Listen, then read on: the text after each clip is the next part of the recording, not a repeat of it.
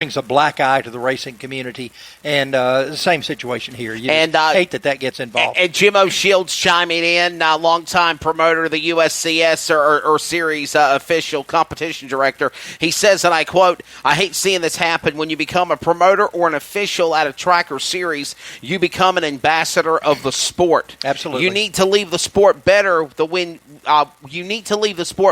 you found it.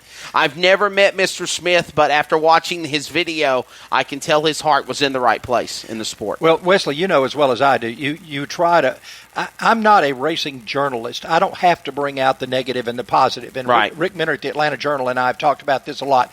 Rick was required by the Atlanta Journal, if there was a fight or something at the racetrack, he had to cover it because the Journal required him to be a journalist. I am a racing promoter. Right. I promote the good side of racing, but some things are just so egregious that you have to address them. That's right, and that's the reason why I had Jerry Smith to talk about this crook on Finish Line. Hopefully justice will be prevailed, and we'll get this scumbag out of the motorsports industry, and he'll never, ever, ever be involved with it again. You sound like John Walsh on America's Most Wanted. I hope so, man. Look out, John Walsh. I'm coming for your job on America's Most Wanted. Hey, it was a Fox show, so we'll be right back, everybody. 1 hour in the books. We've got coming up Mike Neff with the Racing Brotherhood Foundation, and we also have on coming up after this radio timeout, because we have to thank our sponsors. We've been going for about 45, 50 minutes. Donald McCormick with Positive Impact Motorsports. We're here live at Toccoa Raceway, high in the press box,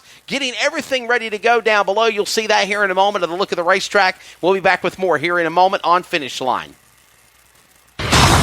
This is Finish Line. CrateInsider.com is your one source for crate racing tech and more.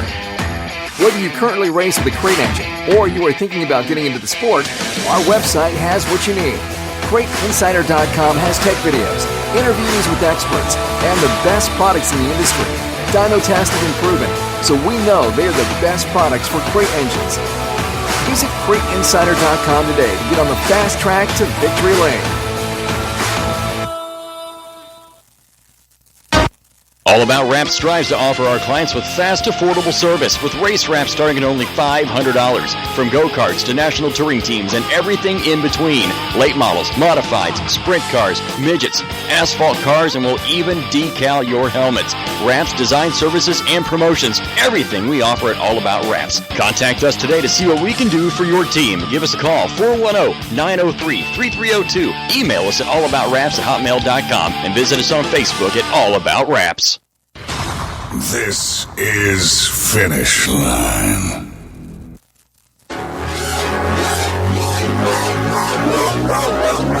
If you have not ordered at DirtCarLift.com in the motorsports racing world, you are absolutely way behind. But if you are an existing customer of the Dirt Car Lift product, you already know about why they use the concept of stop jacking and start lifting.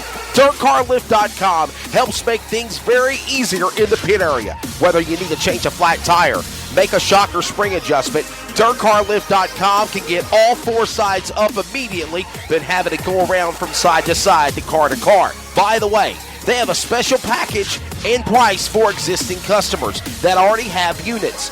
$950, and you can have the newest designed 2019 X Series lift with a few changes to make your life a little easier.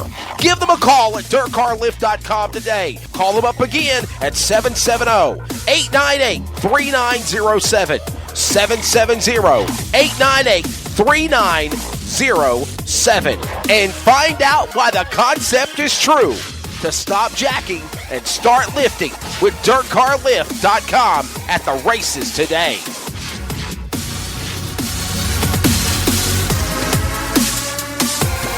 This is Chris Nunn from the Sling and Dirt Podcast and the announcer at Twin Cities Raceway Park in North Vernon, Indiana. And you're listening to The Finish Line with the hashtag king himself, Wesley Outland.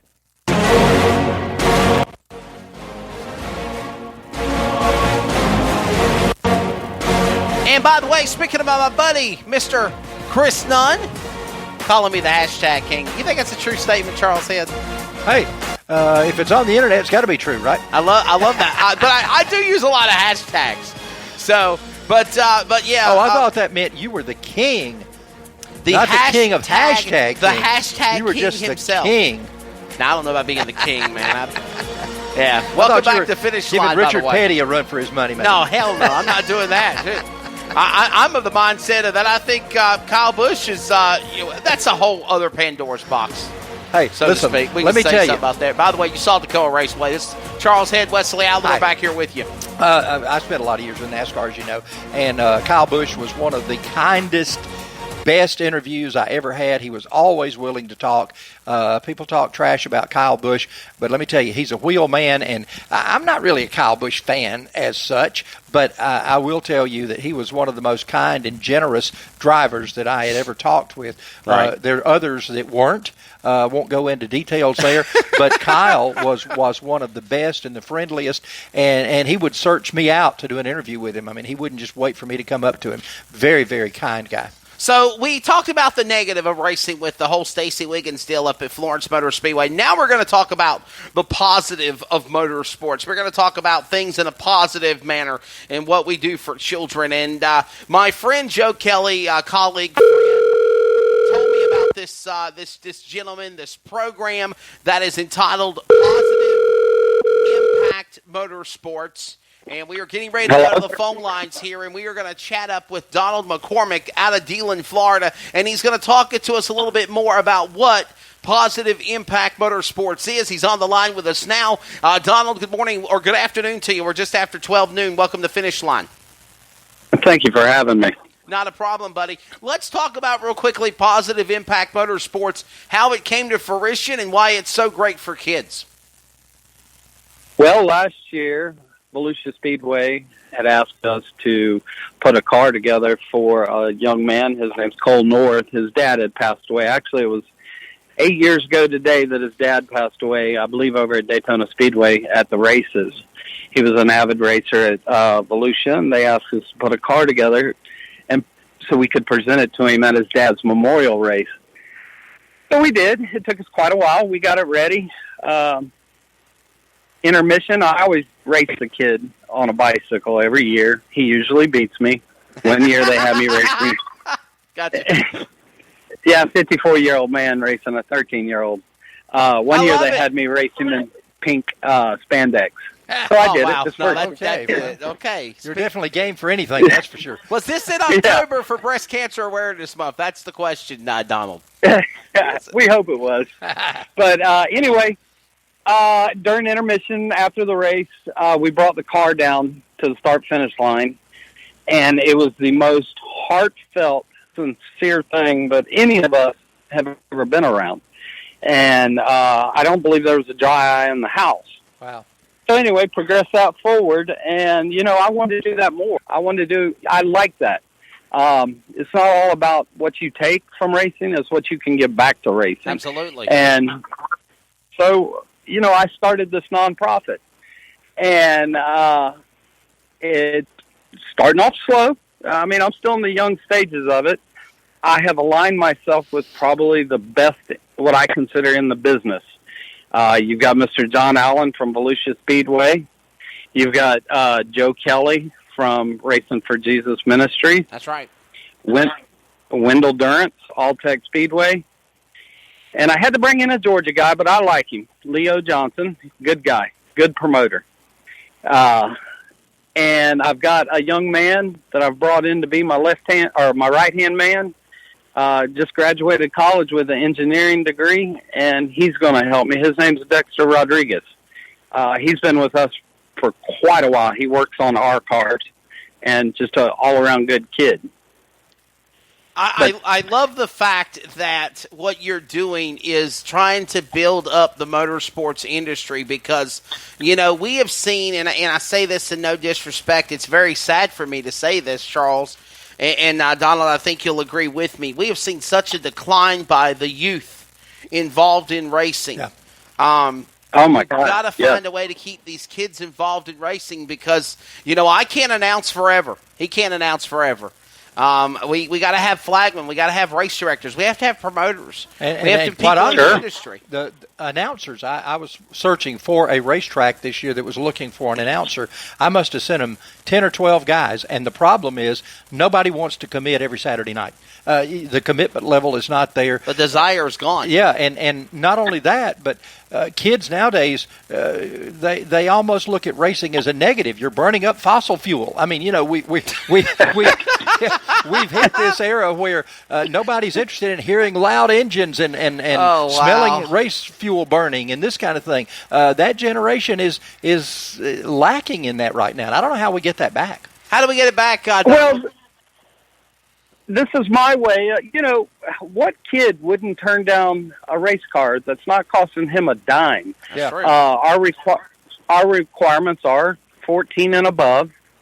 I want to see letters from teachers, parents, the young person theirself, and you wouldn't believe some of the letters I've received. I mean, it would be so hard for me to pick one person out of the letters because they all deserve it after you read them. Donald, and this thing that, I was talking, like I said, I just talked with you about this yesterday, but I talked with Joe Kelly about it. Me and Joe I've got nothing but love for my friend Joe Kelly. Awesome guy, aspiring announcer. Every year, every race, he's getting better and better and better. And, he just done it because of the love of the sport. And what he does with Racing with Jesus Ministries, and he's slowly building his legacy. I think of what people are doing with Racing with Jesus Ministries. Not only as a minister for racing, Charles Head, we've got Joe Kelly as an announcer. We have Josh Turner, another friend of mine with Racing with Jesus Ministries, a chaplain. He's a flagman. He flags up north. He flagged at Indianapolis. He flagged the other week ago at the oh my goodness, where was he at? We was flagging at. I think he was flagging at the Summer Nationals event. At Brownstown Speedway, I think was the last time I saw him. It just doesn't have to be a chaplain, a minister. It could be all different positions. And this Positive Impact Motorsports, it's got the potential, Donald, to go national, especially for what it's doing for kids. Well, right now, we had thought we'd go southeast. In the southeast, let's get our feet wet there. And then Joe's like, this is going to be nationwide. You know that, right? And I said, I'm all for it. I mean, our plan next year at the end of the season, the last car that we do, whoever that kid is, we plan on having a booth at the PRI and having that car and that young person, and it can be girl, boy, it doesn't matter. If they're involved in racing and want to really step it up, we're here for them. But we're going to be at the PRI. Hopefully we have a booth, and we'll show our wares there. This is the way I did my son when he was 15. I was involved in racing when I was younger. I asked him if he wanted to start. We built him a car, and we have progressed just tremendously. I had a stepson, or I do have a stepson.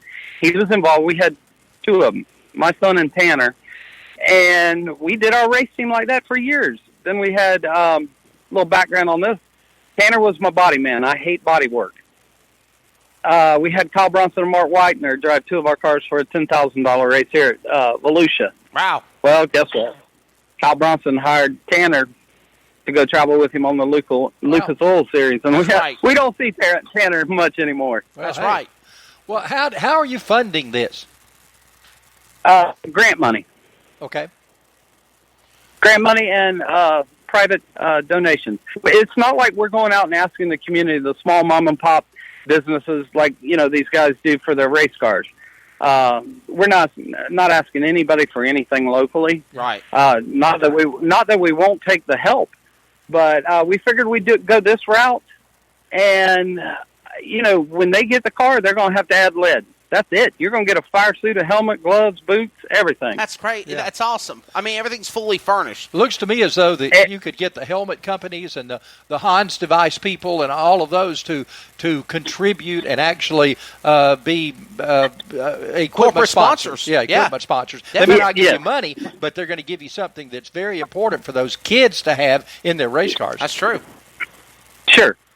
And when we did that last year, everybody that donated to the Cole North car, what we did was on the hood. Every person's name was on that car.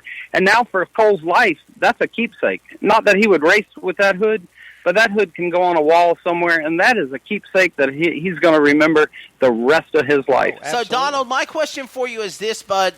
As somebody that is doing things positive for the industry, what's your take